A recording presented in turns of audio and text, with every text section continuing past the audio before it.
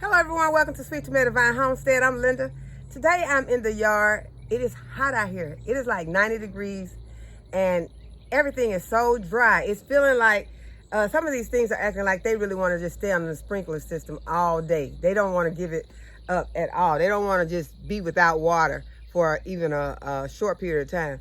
Those elephant ears are one of the things that seem like they are needing a lot of water. I think what I'm going to have to do is to put those in some much larger containers, because the larger your container is, the more moisture that it will be able to hold.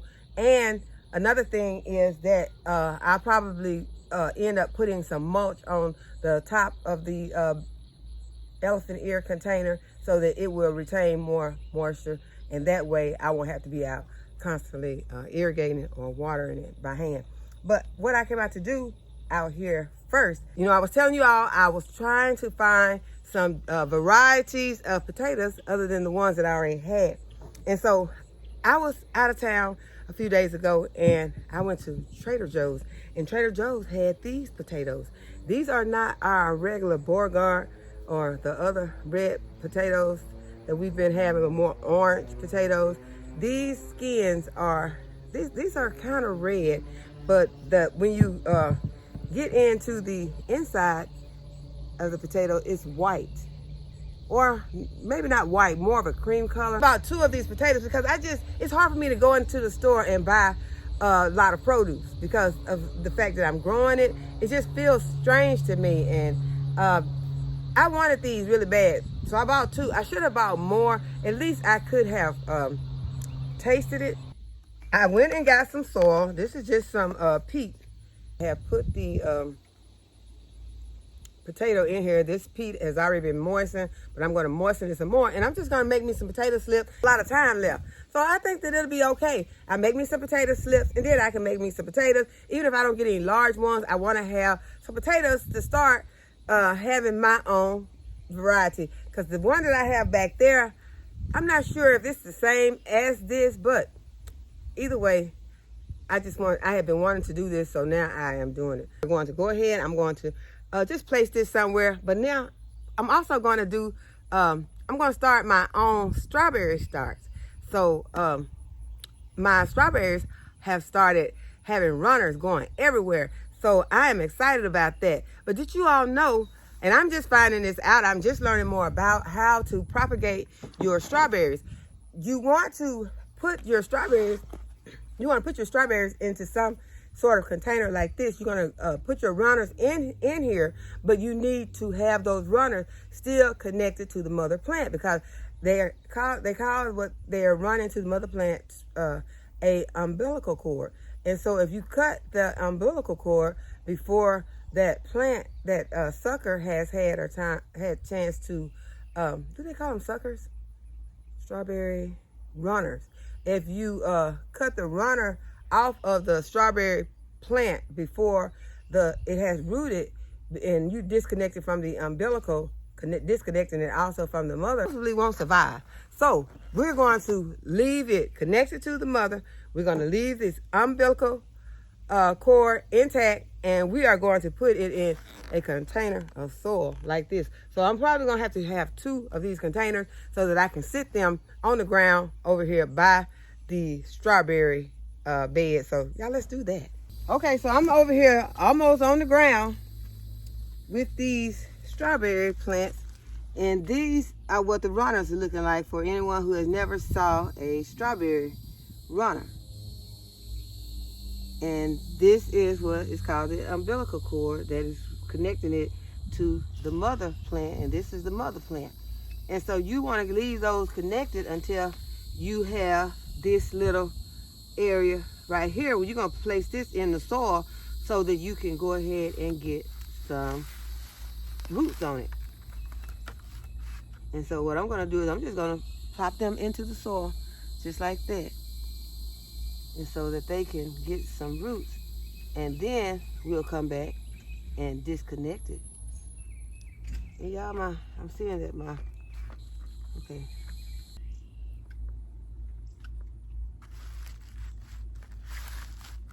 But this is just giving the soil, giving the plant a place to take root. I was after they take root, I would take them out and I would plant them either in another raised bed or in a pot of its own.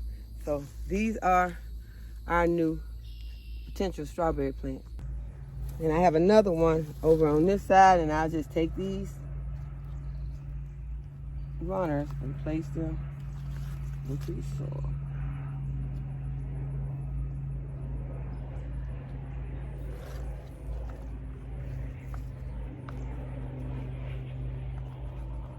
So each one of these can possibly take a root. You know, this one can take root. You want to make sure that you're not burying the crown. You want to just put it on top of the soil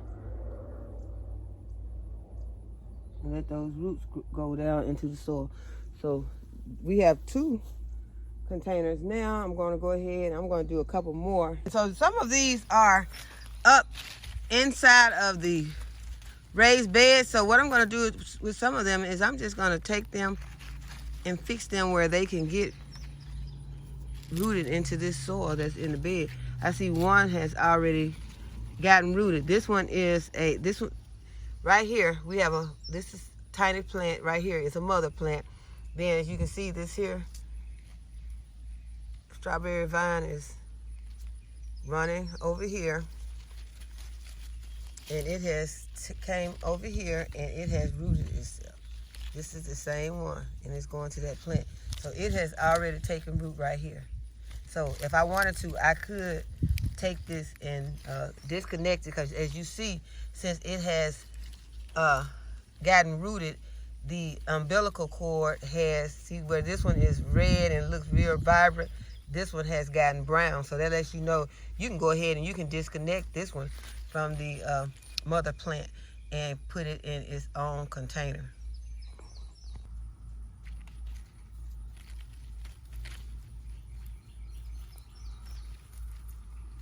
Just gonna put it in there where it can get some soil.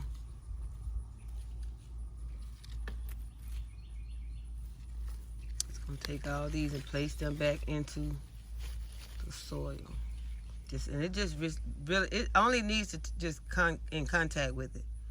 Once it comes in contact with the soil, then it will go ahead and it will make roots. Okay, so now I want to show you all my watermelon. I know y'all say I just showed y'all these watermelons, but y'all, I did not show you this watermelon right here. This watermelon has grown above all of these watermelon and cantaloupe and all these vines that are out here. And I had not noticed this watermelon before because it was not this big. And now look at it. This watermelon has gotten huge in obviously a day, because yesterday I was out here and I did not see this watermelon. But I may have been distracted. Y'all, there were some rabbits out here when my daughter and my granddaughter were here. There were some rabbits out here, and those rabbits did not look like the rabbits that we've been seeing out here. And I may be able to show, but I don't know if I have a clip of those rabbits. And if I do, you probably won't be able to see them the way that you need to see them. But these rabbits were different. These rabbits look like the rabbits you see on cartoons. One was literally standing on the both of its hind legs, and it looked like it just had 2 teeth in the front. And they looked weird. They were not like, you know, most of the rabbits we've been seeing out here look fat. These rabbits did not look chubby at all. These rabbits look more skinny. They really, one of them kind of looked like a baby kangaroo. But they were out here and they were playing around and bouncing around, and my daughter kept saying, those are some weird looking rabbits. And so we were out in the garden. We were, you know, because when we first got back, when I came home, it was kind of, you know, a lot of stuff to be harvested out here. So I was out here trying to get the harvest. That was the first thing, you know, I wanted to see the garden first, and I was about to make a video. So my daughter, my granddaughter, they were staring at the rabbits and talking about the rabbits. I guess the rabbits, I don't know what happened. All of a sudden, the rabbits just started running towards us really fast and aggressive like. And so, I mean, so aggressive that I even told the rabbit, you know, I had my shovel and I said, get away from here, you know. And the rabbits, they went ahead and I don't know if they were headed towards me. I don't think they were. I think that they just were just playing and they just started running aggressive. That's what I think. But my daughter and my granddaughter obviously thought differently, because when I turned around, all I could see was them running like 2 track stars. It was so funny. I just wish I had been able to record them, because y'all just wouldn't believe how they were running. They was getting up. And so I started laughing so hard. I don't know. I may have I know I was close to where this area is at the time. So that may have been how I missed this big watermelon. Because y'all, this watermelon is huge. I just can't believe this watermelon grew this much and came over. But then I stayed out in the garden for a while. I'm going to have to go back and watch my own video and see how did I scan over this huge watermelon, because I did not show this watermelon in the previous video. But y'all, let's take another look at this big watermelon. It is just amazing to me. Now, you can compare the size of it by looking over here at this 5-gallon bucket. Look how tall it is up to this 5-gallon bucket. It's almost as tall as a 5-gallon bucket. Y'all, this is a huge watermelon. Now I want to zoom in on it because it's so pretty. So I'm going to be watching the stem of this watermelon, because once the stem turns brown, then, and it kind of dries up, then that is when you harvest your watermelon. Don't harvest your watermelon before the stem turns brown, because if you do, then you're more than likely not going to have a ripe watermelon. So go ahead and wait for that stem to turn brown. Don't leave it too long, because if you leave it too long, then it'll start a leak or bust open, and then attract those little ants or other critters, and they'll be eating your watermelon before you get a chance to even taste it. And you go out here and do like I did last year. My biggest, prettiest watermelon, when I got it, it was filled with ants. But y'all, I hate to tell y'all, I did taste that watermelon. It was yummy. It was so delicious. But I had to just get a little. I just wanted to taste it, because I was like, ants and came out here and got my watermelon and ate the watermelon and ruined it. It didn't look horrible. It was just the idea that the ants were inside, and it just was, you know what I did? I tasted. But over here, beside this huge watermelon, there is another tiny one over here. So you can see that little one right there. So that just lets you see that these watermelons are really growing out here. And we're going to have a lot of watermelons if the weather stays favorable. But I know that right now is, you know, we've been getting a lot of rain. And now it looks like that rain might be kind of calmed down for a moment. So we're going to have to start shooting a lot of water to it if we want to keep this pace that we have going with these watermelons right now. Okay, I had to bring you all over to the East Garden and show you how well the squash and the pumpkin plants are doing over here. And Southern Girl City Living asked me how my Lady Godiva pumpkins were doing, and there's some pumpkins on the Lady Godiva, and it runs all the way over here. And you can still see that I do have some of the diatomaceous earth on top of these plants, but I will be putting some more on it, because, as I said, it has been raining a lot and I have not put any more on it. So I will be putting some more on the plants, because right now the plants are looking good, clean, and healthy. And there are squash and pumpkins on these plants.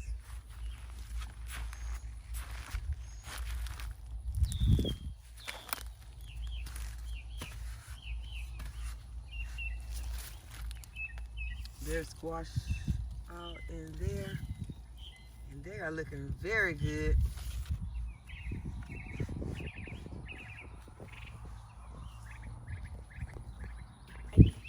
Okay, so we have some butternut squash forming down here. This is one of my favorites. So we have some on this plant. And there's another tiny butternut right here.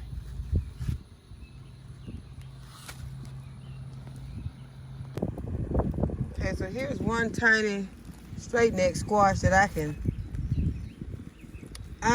I'll wait till tomorrow. But they get so big so fast, I hate to leave it another day and then come back and it's big. But I am going to leave this one until tomorrow, and then I'll come back and get it. And hopefully by that time, there'll be some other ones to go with it. But it's hard to tell if there are some or not. And I got one back here that is swiveled up. And so that means that it did not get pollinated good. So best thing for those, when you have those on your plant, is to go ahead and make sure that there is nothing else around. Yeah, there are a lot of other ones down here that are going to be ready soon. So I am going to go ahead. I'm going to get this one out so I can tell that it did not get pollinated. It's not going to do anything. When it looks like this, might as well go ahead and get this out. Or if something else possibly could have happened to it, because it really looks like it did get the pollination, but it's just something happened to it that caused it to kind of deflate. It just kind of, everything got sucked out of it. But there are no, let's go down here and look now, because I want to make sure that there are no squash vine borers eating on the plant and causing the plant to not be able to carry out the process of this squash. So I don't see anything. I don't see anything on the base of this plant, on the stem or anything. So everything down there looks really healthy. Now this that Cushaw squash right here beginning to grow.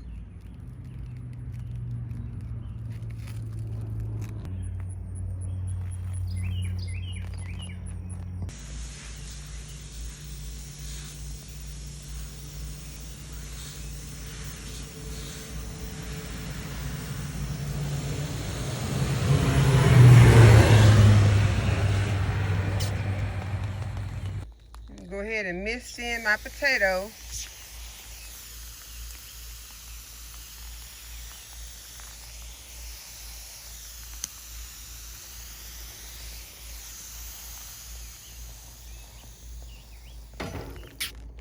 I almost knocked my eggs off the table, but we did go out and harvest the eggs. These are the eggs that we harvested today. And y'all, I don't know if my netting is working out so well. When we went out to get the eggs, Kane, the rooster, was entangled in the netting. So we had to cut him out. And so he's okay, but it's just now I'm worried about, while I'm trying to protect them from the predators, now he's getting hung up in it. I don't know, one of the other ones, it could possibly happen to one of the other ones. I just don't know what to do about trying to protect these chickens. It just seems like it is a hard job trying to protect them. Every time I do one thing, I end up having to try to do something else. So I guess it's just another a never-ending battle trying to protect your chickens to keep them from the predator. I don't know. I don't know if I'm going to take the netting down, because I almost took it down, because when I first got in there and saw him entangled, I panicked. But that's why I didn't even get a chance to get any footage of it, because I panicked. I know that there has been a cat in the area, so I do want to make sure that there is some way to protect them, because I just can't just have them, just wide open. So I hope that you all have enjoyed this video today, and that you give this video a thumbs up and subscribe to my channel. And hit the notification bell to be notified whenever I upload a new video. And as always, thanks for watching. I'll see you in the next video. Bye-bye.